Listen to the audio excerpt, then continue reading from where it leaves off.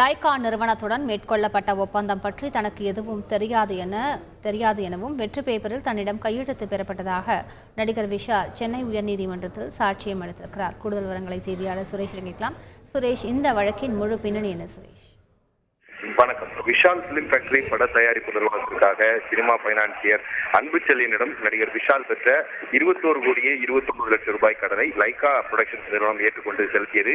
இந்த தொகை முழுவதையும் திருப்பி செலுத்தும் வரைக்கும் விஷால் நிறுவனத்தினுடைய அனைத்து படங்களின் உரிமைகளும் லைகா நிறுவனத்துக்கு வழங்க வேண்டும் என்று ஒரு ஒப்பந்தமும் கையெழுத்தானது. ஆனால் இந்த ஒப்பந்தத்தை மீறி விஷால் செயல்பட்டதாக கூறி விஷாலுக்கு எதிராக லைகா நிறுவனம் வழக்கு தொடர்ந்திருந்தது.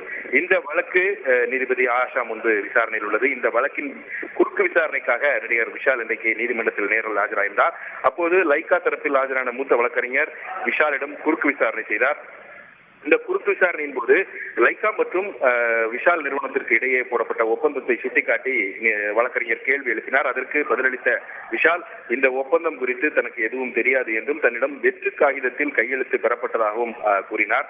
இதனால் ஆத்திரமடைந்த நீதிபதி, நீங்கள் போட்ட கையெழுத்தை எப்படி மறுக்க முடியும், மிகவும் புத்திசாலித்தனமாக பதில் சொல்வதாக நினைக்கிறீர்களா என்ற ஒரு கேள்வியை நீதிபதி எழுப்பினார். மேலும் இது ஒரு சினிமா ஷூட்டிங் அல்ல என்றும் கவனமாக கேள்வியை கேட்டு பதிலளிக்க வேண்டும் என்றும் நீதிபதி விஷாலுக்கு அறிவுறுத்தினார். தொடர்ந்து சண்டைக்கோழி 2 படத்து வெளியாவதற்கு முன்பு 10 நாட்களுக்கு முன்பே திருப்பி தந்துவிட கூறி பணம் வாங்கினீர்களா என்று கேள்வி கேட்டபோது அது பாஸ் என்று விஷால் கூறிய போது குறுக்கிட்ட நீதிபதி, இதுபோன்று பாஸ் எல்லாம் சொல்லக்கூடாது, ஆம் அல்லது இல்லை என்றுதான் பதிலளிக்க வேண்டும் என்று நீதிபதி அறிவுறுத்தினார்.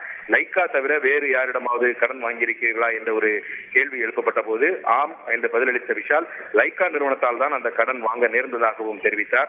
இன்றைக்கு அவருடைய குறுக்கு விசாரணையானது முடிவடையாத காரணத்தினால் நாளைக்கு இந்த வழக்கு விசாரணை தள்ளி வைக்கப்பட்டிருக்கிறது. நாளைக்கும் நேரில் ஆஜராக வேண்டும் என்று விஷாலுக்கு நீதிபதி ஆஷா உத்தரவிட்டிருக்கிறார். கூடுதல் விவரங்களுக்கு நன்றி சுரேஷ்.